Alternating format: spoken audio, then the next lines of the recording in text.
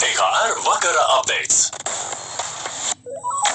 Ja tu esi nu pat pieslēdzies, šis ir EHR vakara updates. Pie manis un Amandas ciemos ir mūsu kolēģe Olīvija, kura, kā izrādās, ir profesionāla ziņu diktore.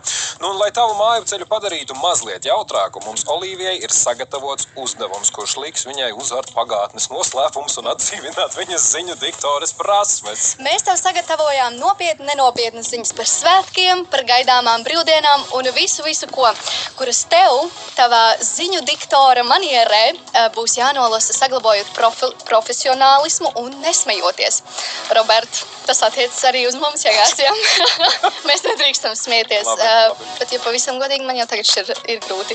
Olīvija, ja tu saki, ka tu esi gatava, es spiežu pogu un mēs ejam, kā saka, FM viļņos ar nopietnajām ziņām. Aiziet. Mēģinam, maucam. Maucam? Aiziet. Ar ziņām studijā Olīvija Kairova. Visā valstī drīzumā sāksies svētku drudzis. Atbildīgās iestādes atgādina, daļa iedzīvotāju jau tuvākajā laikā dosies brīvdienās. Sagaidāms, ka frāze "rīt gan visu sakārtošu" pārliecinoši izskanēs tuvāko nedēļu. Tirdzniecības nozares pārstāvi ziņo, ka cilvēku plūsma veikalos joprojām saglabājas intensīva. Tiek informēts, ka arī šogad populārākā Ziemassvētku dāvana ir priekšmets ar frāzi "man likās, ka tev noderēs". Pārdevēji apstiprina, šī prece ir izpārdota jau 3. gadu pēc kārtas. Vides dienests ziņo, ka vairākos mājokļos Ziemassvētku egles sāk zaudēt kontroli pār situāciju. Speciālisti novērojuši, ka eglīšu rotājumi masveidā sāk izbēgšanas manevrus, pa visām telpām sāk izplatīties skujas, bet egle turpina izlikties, ka viss ir kārtībā.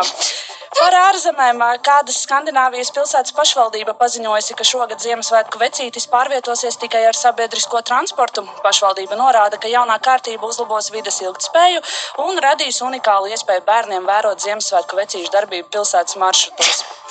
Sportā Starptautiskā Ziemas sporta federācija paziņojusi, ka sniegs šogad netiks iekļauts nevienā distancē, taču ņemot vērā, ka šī brīža laika prognoze ir nestabila, tas netiek atcelts pavisam.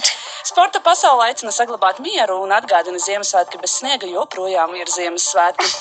Un par laikapstākļiem, kā informēja meteorologi, visu tuvāko laiku valstī saglabāsies slapjš laiks, vietām var būt arī slīdeni ceļi, un starp mums visiem arvien vairāk parādīsies cilvēki, kuri apgalvo, ka agrāk tā nebija.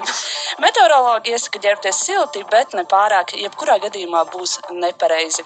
Un noslēgumā atbildīgās iestādes atgādina, svētku noskaņa nav atkarīga no laikapstākļiem un sniegs iespējams tiks piegādāts vēlāk.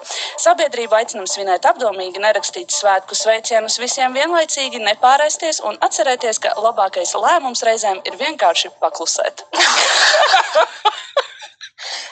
Nu, kaut kā tā!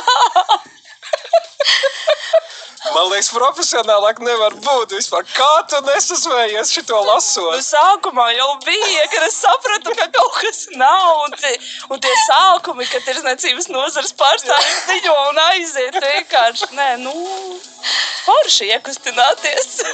Mums varbūt šito vajag par rubriku uztaisīt katru nedēļu par kaut kādām aktualitātēm. Bet šis varētu būt labs, jā.